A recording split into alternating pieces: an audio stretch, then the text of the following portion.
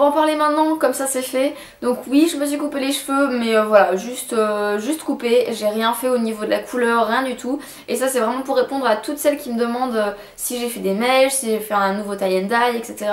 Donc voilà, écoutez, non, je n'ai pas retouché mes cheveux et je crois que ça fait 1 an que j'ai pas retouché au tie and dye. Mais rien de plus, donc c'est tout. Je prévois peut-être de faire un petit balayage histoire de cet été. Je vais voir, je suis pas encore sûre, mais pourquoi pas. Mais vous serez les premiers au courant. Je commence mes favoris avec du rouge à lèvres. C'est le rouge à lèvres de chez Rimmel London. Je pense qu'il va me suivre encore cet été parce que c'est un rouge mais orangé, un peu corail, j'en sais rien. Franchement, je peux pas vraiment vous dire la couleur, mais je le trouve vraiment sublime. Deuxième couleur, j'ai choisi ce rose fuchsia de chez Bourjois. C'est le genre de couleur qui pète, mais voilà, écoutez, moi j'aime bien printemps. Je me dis il fait beau, paf, je mets des couleurs qui pètent. Alors là, c'est mon gros coup de cœur. Je vais vous parler de cet highlighter de chez Clinique. La couleur, ça fait un peu rose poudré, mais quand vous l'appliquez, c'est pas vraiment rose poudré. Et il tient hyper bien, j'en suis vraiment hyper ravie. J'ai pas arrêté de le porter pendant ce printemps et je pense qu'il va clairement me suivre pendant tout l'été. Je l'applique au niveau de l'arête du nez, au-dessus des pommettes et voilà, franchement c'est parti. Ça s'estompe hyper facilement. Voilà, vraiment c'est mon gros coup de cœur. Ce crème à sourcils qui vient de chez Primark, je vous l'ai présenté dans mon précédent haul. Enfin vous voyez mon haul, je vous dis je sais pas ce que ça va donner, etc.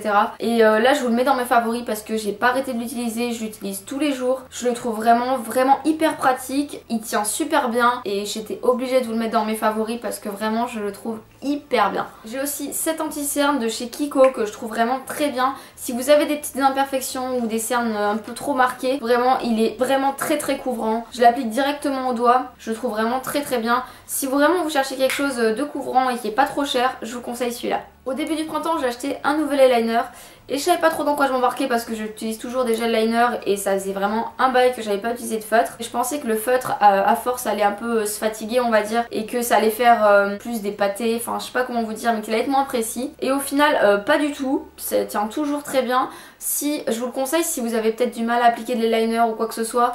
Voilà, moi je fais un trait, en un trait c'est réglé, donc voilà, hyper rapide au final, très précis. Donc je trouve très bien. Pour finir mes favoris beauté, c'est mon shampoing sec de chez Baptiste. En fait c'est pas l'efficacité, hein. L'efficacité je pense que vous connaissez un peu les shampoings secs de chez Baptiste, mais c'est l'odeur. L'odeur c'est en fait tropical et ça sent trop bon, on se sent en vacances quoi. Moi je sais quand je l'utilise, je me vois tout de suite, paf, ça m'envoie sur une île tranquille, bien, la plage, la mer, voilà écoutez. On a le droit de rêver hein. Niveau mode, j'ai refait toute une nouvelle collection de bracelets. Pour ce qui est du bracelet brésilien, je l'ai fait l'année dernière, donc je vous ai mis la vidéo en barre d'infos si vous voulez vous en faire également. Et cette année, je sais pas, j'avais envie de perles, j'avais envie de rajouter plus de perles, etc. En fait, j'ai regardé sur internet, je suis tombée sur des bracelets en perles de rocaille qui coûtaient à peu près 70 $. Certes, il y avait un joli fermoir, mais bon, 70 $ le bracelet en perles de rocaille, je me suis dit pourquoi pas le faire moi-même. Mais ce qui était sympa en fait avec ce bracelet, c'est qu'ils avaient fait en code morse. Donc vous savez le bref, je ne fais peut-être pas très bien le code morse. Donc je me suis dit je vais le faire moi-même et je me suis intéressée de plus près au code morse. Voilà, je trouvais ça sympa ce côté on a un bracelet, on voit pas ce qui est écrit dessus, mais vous le savez quoi. Et c'est écrit en code morse.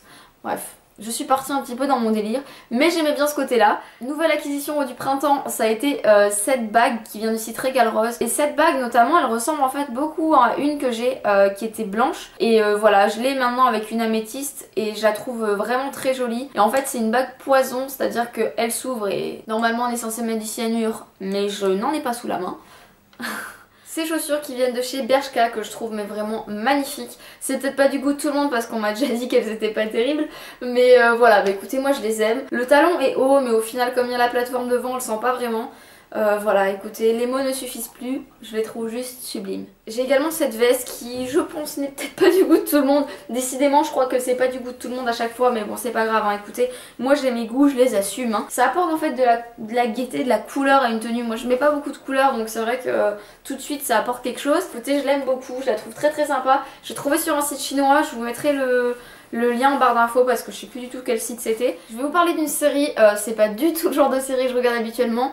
Mais là c'était un petit coup de cœur parce que c'est une série qui se regarde bien. Ça s'appelle Art of Dixie et c'est l'histoire en fait de Zoé Hart, une jeune médecin en fait qui vient d'avoir son diplôme, qui vient de New York et qui en fait hérite d'un cabinet médical en Alabama, donc vraiment dans une petite ville paumée dans l'Alabama. Et c'est sympa, on voit son histoire, voilà, ses petites peines de cœur, enfin voilà, c'est un peu un truc girly. Il y a un début une fin et voilà, au moins on sait comment ça se finit. Ils ont pas voulu vraiment pousser le truc et il y a eu une fin quand même, pas comme Pretty Little Liars, je sais pas si on en parle, bon allez on en parle. Ça m'a un petit peu saoulée et là comme par hasard les derniers épisodes, je sais pas si vous les avez vus, on se dit non, oh mon dieu, voilà il faut trop que je regarde la suite. Voilà, c'est fait exprès de toute façon pour vous maintenir en haleine et faire tout pour que vous ayez envie de connaître la suite.